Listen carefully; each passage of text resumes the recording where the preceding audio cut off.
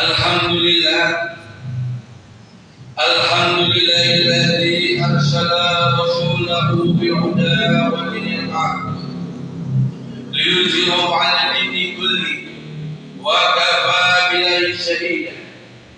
Nashhadu an la ilaha illallah wa nashhadu anna Muhammadan abduhu wa rasuluh. Amma ba'd.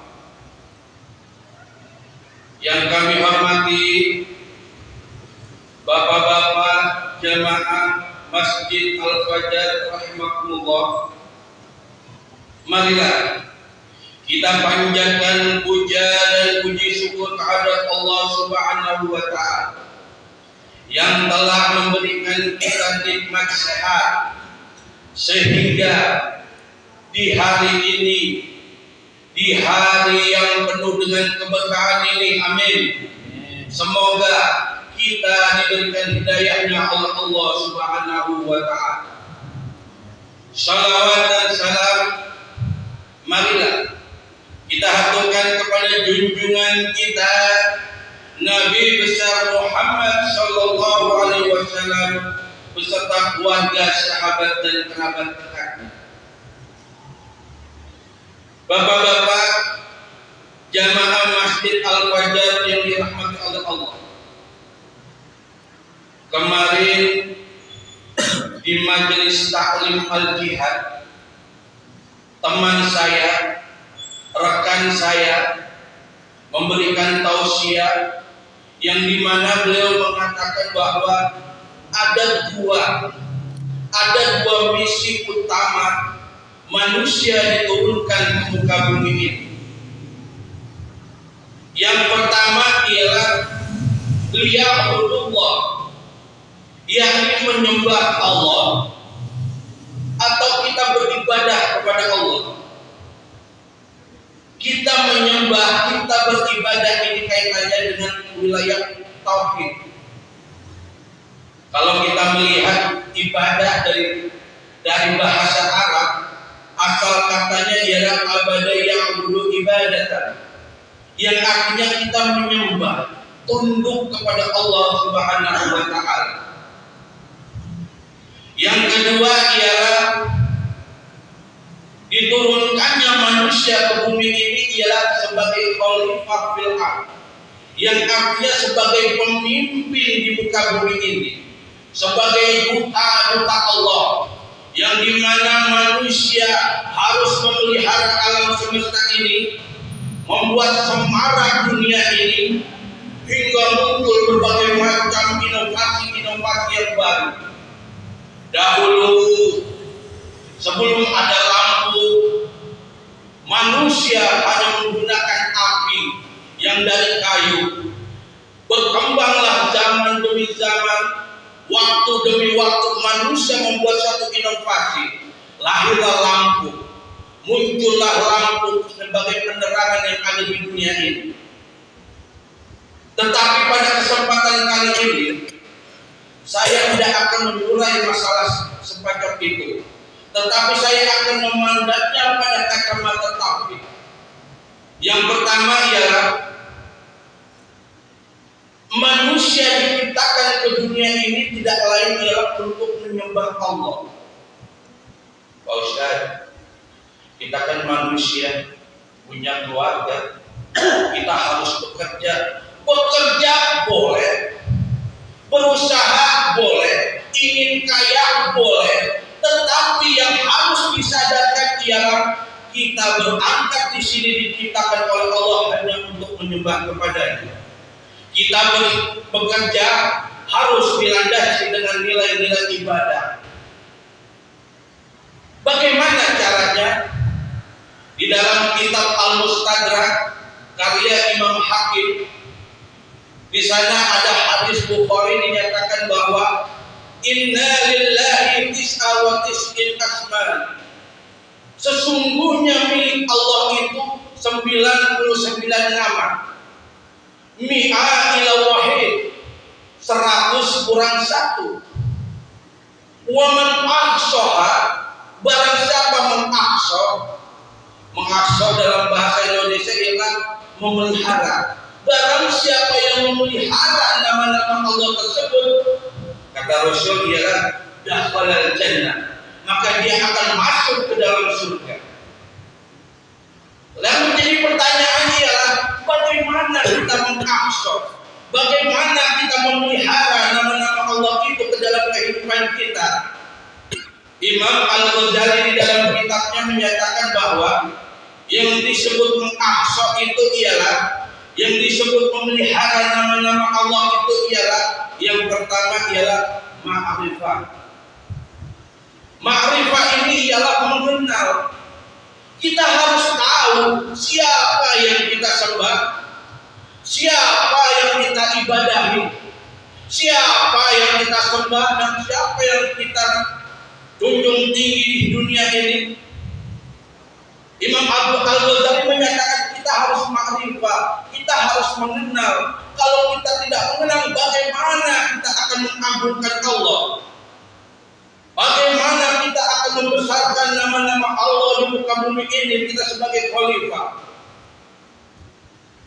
Setelah kita mengenal, kata Imam Al-Ghazali, ta'zimuha, kita mengagungkan nama-nama Allah.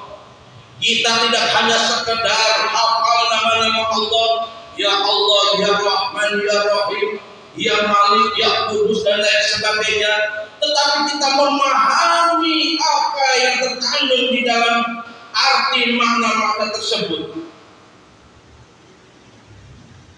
Nama Allah adalah nama yang paling agung, nama yang paling banyak disebutkan di dalam Al-Quran. Bahkan di dalam sholat kita, bahkan di dalam wiridan kita, semua menyebut nama Allah, nama yang begitu agung, nama bagi zat wajibul wujud, bagi zat yang wajib ada. Bapak-bapak jamaah Masjid Al-Fajar yang dirahmati oleh Allah, setelah kita mengenal, setelah kita mengtakzimuha, yang terakhir ialah as-sa'yu. Kita harus berusaha bagaimana? Bitahulluq bi akhlaqil asma'il husna. Kita mencoba berakhlak dengan akhlak Asmaul Husna. Asmaul Husna itu ada 99. Kalau kita bicarakan di sini 99-nya, mungkin seharian tidak akan cukup waktunya. Mungkin satu saja yang akan kita bahas di sini ialah yang pertama, nama Allah. Manusia adalah makhluk yang paling istimewa, yang diberikan fasilitas oleh Allah yang begitu dahsyat, sehingga Allah mengamanahkannya sebagai khalifah fil ardh, sebagai pemimpin di dunia ini. Bukan gunung, bukan lautan, bukan bumi, bukan bangsa jin, bukan bangsa malaikat, tetapi manusia. Lalu apa fasilitas yang diberikan oleh Allah? Dua. Yang pertama ialah akal, dan yang kedua ialah nafsu. Ketika akal dan nafsu ini berkolaborasi dengan baik, tidak saling mendominasi, maka yang ada ialah kesejahteraan. Yang ada adalah ketentraman. Yang ada ialah kenyamanan. Kita terhadap tetangga, kita merasa nyaman. Di jalan kita tidak ketakutan. Kita pergi ke dalam mushola masjid dengan nyaman dan tentram, tidak ada yang mengganggu. Tetapi kalau ada nafsu yang lebih dominan daripada akal, maka yang ada ialah kehancuran. Inilah yang dinyatakan oleh Nabi kita Muhammad sallallahu alaihi wasallam, raja'na minal jihadil akbar ilal jihadil akbar. Kita telah kembali kepada jihad yang kecil menuju jihad yang besar. Para sahabat bertanya, "Ma jihadul akbar ya Rasul?" Apa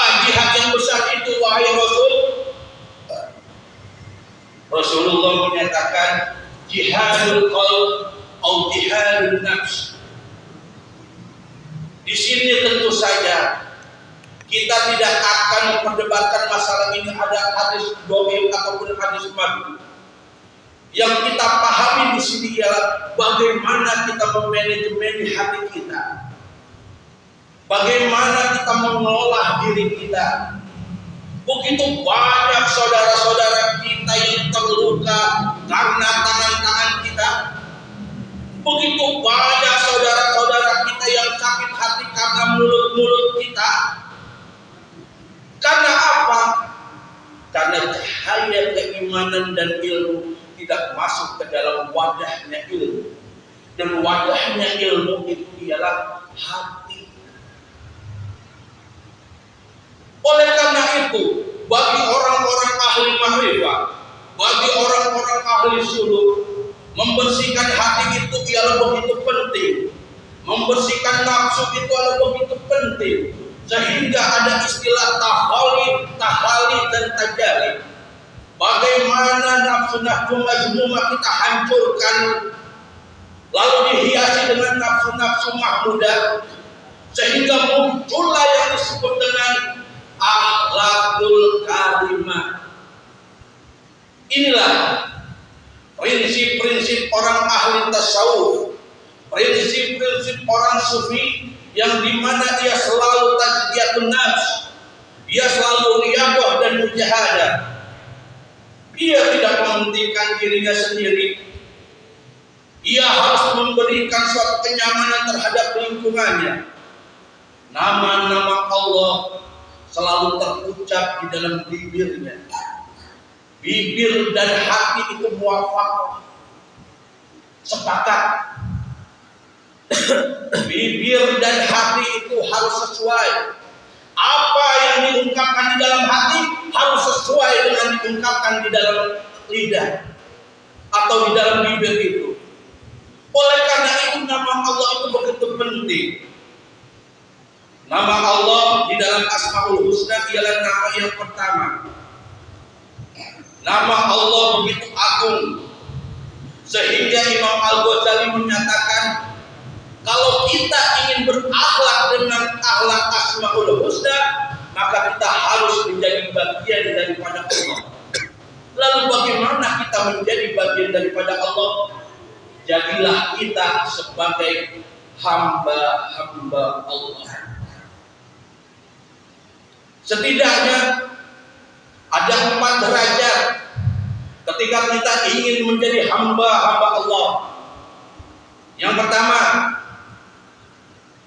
la yara ghairullah, tidak melihat sesuatu selain daripada Allah. Kita melihat alam semesta ini yang menciptakan adalah Allah. Kita tahu bahwa yang memberi rezeki kita adalah Allah. Kita tahu yang membawa kita ke dalam masjid ini adalah Allah.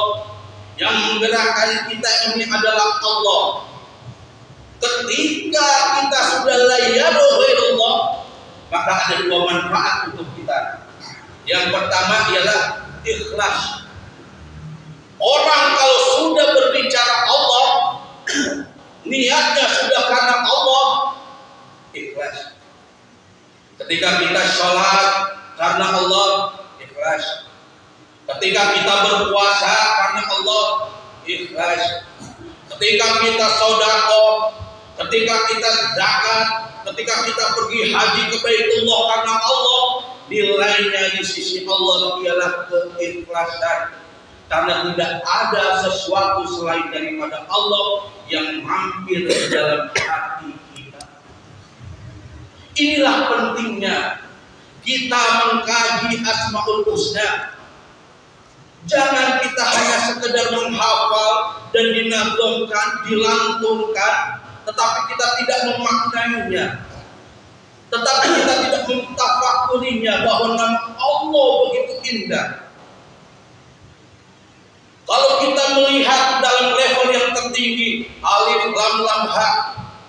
Kalau di dalam kitab tasawuf itu adalah Allah, sifatullah, zatullah, dan asma Allah. Dan ini begitu panjang kajiannya. tentu saja kita tidak akan bisa membicarakan di sini dalam bentuk tausiah. Kita bisa mengkaji di dalam ruang-ruang yang khusus, misalnya inilah. Oleh karena itu marilah hidupkan masjid-masjid kita dengan ruh-ruh keislaman, yaitu bagaimana kita mengkaji ilmu. Kalau kata Ustaz Adi Hidayat, yang disebut jamaah itu ialah orang yang sholat bukan hanya sekedar sholat, tetapi di mana sholat berjamaah itu ialah ajang kita untuk bersilaturahmi, ajang di mana kita bisa bertukar ilmu, ajang di mana kita bisa memberikan masukan antara saudara satu dengan yang lainnya. Dan itulah yang dikerjakan oleh para sahabat-sahabat ketika di zaman Nabi. Para sahabat Nabi berbondong-bondong masuk ke dalam masjid untuk sholat berjamaah, tidak hanya sekedar 27 derajat pahalanya, tetapi yang terpenting ialah bagaimana para sahabat itu menimba ilmu pengetahuan dari sumber yang ada di dalam dadanya Nabi kita Muhammad sallallahu alaihi wasallam. Oleh karena itu, marilah kita sadarkan diri kita bahwa begitu pentingnya sholat berjamaah. Ajaklah saudara-saudara kita yang mungkin belum tergerak hatinya untuk meramaikan masjid-masjid kita, untuk mengkaji keilmuan, untuk saling berbagi antara satu dengan yang lain. Inilah solusi bahwa di mana jamaah Islam itu adalah Islam yang paling tinggi dan tidak ada yang tinggi selain daripada Islam. Yang kedua, kalau kita ingin menjadi hamba Allah ialah la yaltarifu ma fi siwa Allah. Kita tidak menoleh, kita tidak melirik kanan kiri bahwa segala sesuatu itu adalah Allah. Ketika kita sudah berpijak pada la yaru ghairullah, maka beranjak kita masuk kepada suatu pemahaman yang lebih tinggi, ialah tingkatannya ialah kepada tingkatan iman. Suatu keyakinan yang sudah tampil, suatu i'tiqad yang tidak bisa diubah, bahwa segala sesuatu itu aku berkata-kata, aku bekerja, aku beribadah karena hanya Allah Subhanahu wa taala. Ia tidak bergeming dengan perkataan orang, ia tidak bergeming oleh perkataan tetangga. Kita sholat bukan ingin dilihat oleh mertua, kita sholat tidak hanya ingin dilihat oleh orang tua, bahwa kita sholat ialah kita ingin bermesraan kepada Allah Subhanahu wa taala, di mana kita ingin taqarrub ilallah, mendekatkan diri kepada Allah, atau kita istighal ilallah, kita sibukkan kehidupan kita dengan Allah. Inilah hamba Allah yang dimana sudah mencapai pada hakikat iman. Orang yang sudah sampai kepada hakikat Islam, dia tidak akan berhenti daripada amal. Orang yang telah sampai kepada hakikat iman, dia tidak akan berpaling daripada amal. Dan orang yang telah sampai kepada hakikat ihsan, ia tidak akan bergeser pun hanya karena Allah Subhanahu wa taala. Dan yang ketiga dan keempat ialah la yarju wa la yakhafu illa iyyahu. Ia tidak akan mengharap dan ia tidak akan takut kecuali hanya Allah Subhanahu wa taala. Orang yang imannya sudah terpancar di dalam kalbu, ia tidak akan takut kepada apapun juga. Allah menjadi penolongnya, Allah yang akan ada selalu di sampingnya, dan Allah adalah teman yang sangat setia dikala kita susah, dikala kita gelisah, dikala kita merana. Karena Allah adalah jawaban untuk kehidupan ini. Lalu bagaimana kita untuk berinteraksi kepada Allah? Mudah sekali. Allah memberikan hadiah kepada Nabi Muhammad di dalam peristiwa Isra Mi'raj itu adalah sholat 5 waktu. Sholat 5 waktu itulah ajang kita untuk berinteraksi kepada Allah. Kita memohon kepada Allah, kita bersujud kepada Allah, semuanya kita muarakan hanya kepada Allah. Karena Allah adalah Rabbul Alamin, pemelihara alam semesta. Dan alam semesta ialah kita termasuk di dalamnya, manusia yang ada di dalamnya, yang kemudian tidak takut, dia tidak akan gentar walaupun ujian dan cobaan datang menghadap, walaupun ujian bertubi-tubi datang menghampiri teras-teras rumah kita, teras-teras hati kita, tetapi kita sudah berpegang kepada Allah Subhanahu wa Ta'ala. Kalau kita bersandar kepada orang kaya sudah tidak memiliki harta lagi, roboh. Kalau kita bersandar kepada penguasa dan penguasa itu sudah tidak memiliki kekuasaan lagi, roboh. Tetapi kalau kita bersandar kepada Allah Subhanahu wa Ta'ala, Allah Maha Segalanya. Dia yang memiliki harta, Dia yang memiliki kekayaan yang berlimpah. Oleh karena itu, marilah kita bergegas menuju kepada Allah. Fafiru ilallah, dengan cara mendatangi para kiai, dengan cara mendatangi ustaz-ustaz, ageng-ageng, mengkaji ilmu lebih dalam lagi. Janganlah kita beribadah layaknya orang-orang awam yang hanya sebatas gerakannya saja.